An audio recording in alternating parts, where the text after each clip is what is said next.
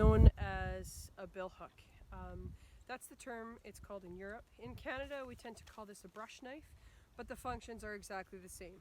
And the functions of this tool are to take small branches off of standing logs or brush, and the other purpose is to use to cleave wood into smaller pieces, like for kindling.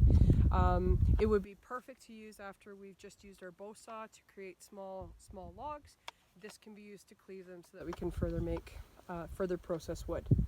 So the parts of my billhook: this is the handle, this is the blade. The blade in this case is covered by a protective hard plastic coating, which is locked onto the blade. Make sure that no one comes into contact with the blade. It's a good way to store it. It is locked in place by this peg just to make sure that it doesn't fall out.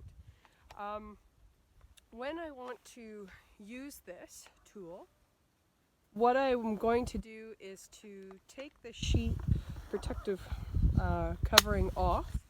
Just take it down there, and just kind of, now I can show you the cutting edge.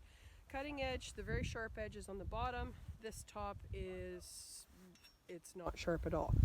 If I were to go to pass this to someone, because we do sometimes partner work with billhooks, what I would do is I would turn the cutting edge towards me and I would present it to them so that they could take it on their own.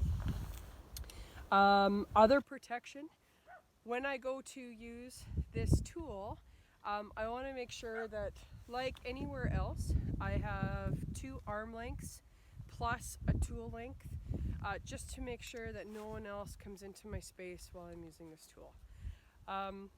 So proper ways to carry this tool, of course, is with the blade down, and if I'm walking, the blade stays down as well. So when I go to use this, as I said before, often this is with a partner. One person would take the blade and put it down on the log, like so.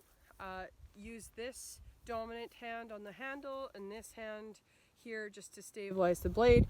The other person, so in cooperation, would hit the top, and then this would be used to cleave your piece of wood.